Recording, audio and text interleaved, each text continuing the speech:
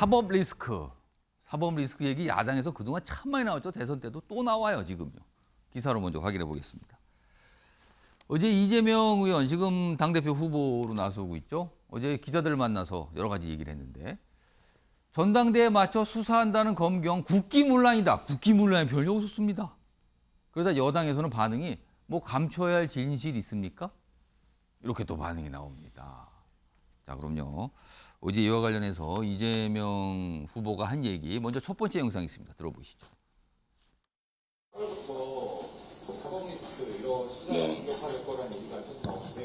기소 수사권을 가진 검찰, 경찰이 그 권한을 가지고 정치에 개입하고 정치에 영향을 주고 특정 정치 세력의 정치적 이익에 복무하는 나라는 없습니다. 국기문란 행위입니다. 그러면서 대놓고 정치 개입한다 뭐 이런 반응을 보였어요. 자, 윤영걸 전 대표님, 박찬영 교수님 두 분 이거 어떻게 들으셨는지 일단 어떻게 평가하시겠습니까? 윤영걸 전 대표님. 저는 너무 좀 억지가 아닌가. 네, 국기문란이라고 할 정도로 지금 정치가 그 법원 수사 당국이 정치에 개입했는가. 오히려 수사를 너무 안 한 게 문제 아니에요. 대장동부터 법인카드부터 변호사비 대납부터 너무 수사를 안 하고 지금까지 끌어온 게 문제지. 그거를 국기문란이라고 이재명 후보가 오히려 나무란다. 제가 보기에는 좀 거꾸로 된 것 같다. 이런 생각이 좀 들어요. 그리고 지금 얼마 전에 뭐 극단적인 선택을 한 그 법인카드 의혹 사건 그분도 이 후보가 얘기했잖아요. 그게 나랑 이재명하고 무슨 상관있나. 근데 그 김혜경 씨 측근 배모 씨하고 아주 측근이고 뭐 그 수행 역할도 하고 지금 자꾸 정황이 나오잖아요. 뭔가 조금씩 설명이 그렇죠. 되고 있어요. 지금. 그런 죽음이 있었으면은 나랑 관련은 뭐 어느 정도 깊진 않지만은 안타깝게 생각한다. 뭐 이 정도 말은 했어야 되는데 그게 나랑 무슨 상관이냐. 국기문란이다. 오히려 윤 대통령이 국기문란이라는 말을 많이 썼잖아요. 몇 번. 그러니까 오히려 되치기 하는데 저런 태도는 좀 옳지 않다. 이런 생각이 듭니다. 네. 박찬영 교수님은 어떻게 평가하시겠습니까? 대통령과 제1당 대표 후보의 입에서 연이어 국기문란이라는 말이 이렇게 쉽게 나올 줄 몰랐습니다. 굉장히 심각한 말 아닙니까, 그거는? 아니, 대통령 입에서 경찰 인사가 유출됐다고 또 경찰들이 경찰국에 반발한다고 국기문란이라고 얘기가 나옵니다. 자, 그다음에 제1야당 대표 후보가 자신에 대해서 전대를 앞두고 수사한다고 국기문란이라고 그럽니다. 그럼 지금 대한민국은 극도의 공권력이 혼란스러운 상황을 맞고 있는 거예요.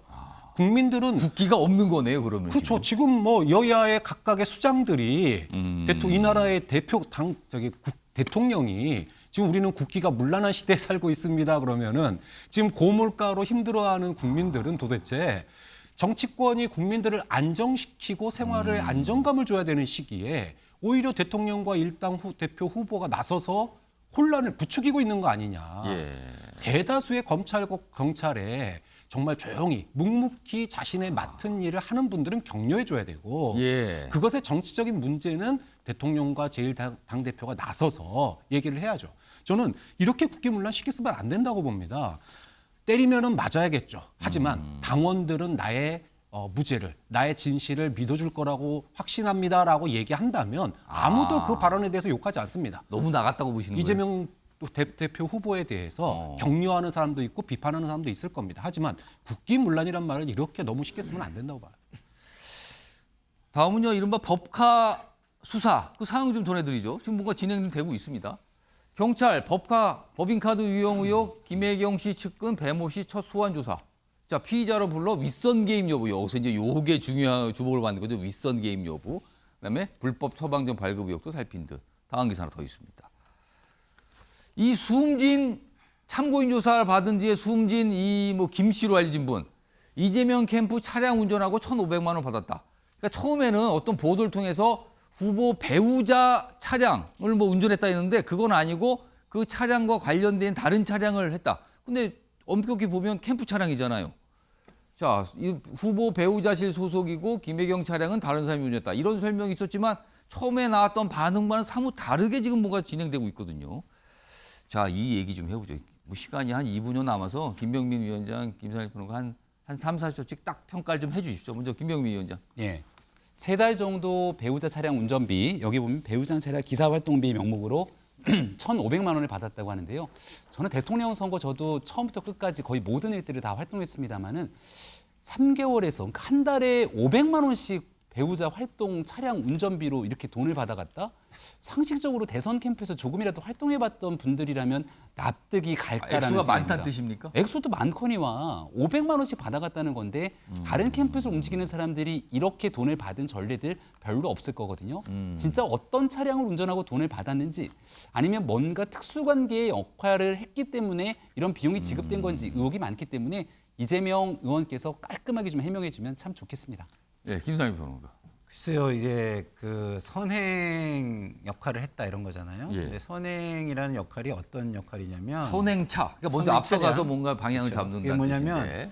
후보나 배우자가 어떤 행사에 갔을 때 그 행사의 현장을 정리하고 동선을 확보하고 그 후보자나 배우자가 왔을 때 그 주빈 자리까지 안내하는 역할을 하는 게 선행이에요. 그러니까 제대로 딱 도착할 수 있게 만든다는 그렇죠. 거죠. 예, 예. 그러면은 상당히 중요한 역할이거든요. 근데 좀 고생스러운 예. 자리예요. 그래서 후보의 측근은 너무 고생스러워서 안 하고 자기의 측근을 또 시키는 자리입니다. 아. 그러니까 후보 측근의 측근들이 대부분 하는 그런 자리예요. 그러면 예. 인연을 억지로 만들어서 예. 음해하고 왜곡했다, 일성을 이렇게 내는 건 조금 부적절했다 이렇게 보입니다. 아무튼 뭐 수산 진행 중이고 또 반발도 이어지고 있는 상황입니다. 자, 아침의 매일경제 오늘 여기서 마무리하겠습니다. 시청해 주신 여러분 고맙습니다.